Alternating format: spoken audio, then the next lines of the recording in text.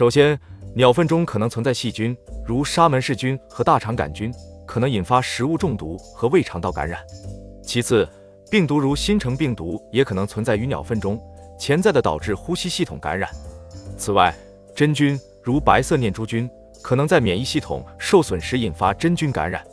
最后，寄生虫，尤其是弓形虫，能通过鸟粪传播，导致弓形虫病。为了降低与鸟粪接触时的健康风险，我们应该使用防护装备，如一次性手套。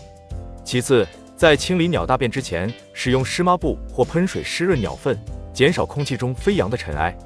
使用工具或纸巾等物品进行清理，避免直接用手触摸鸟大便。清理鸟粪后，立即使用肥皂和温水洗手，确保彻底清洁。对于家养鸟类的情况，定期清理鸟笼或居住区，保持清洁和卫生。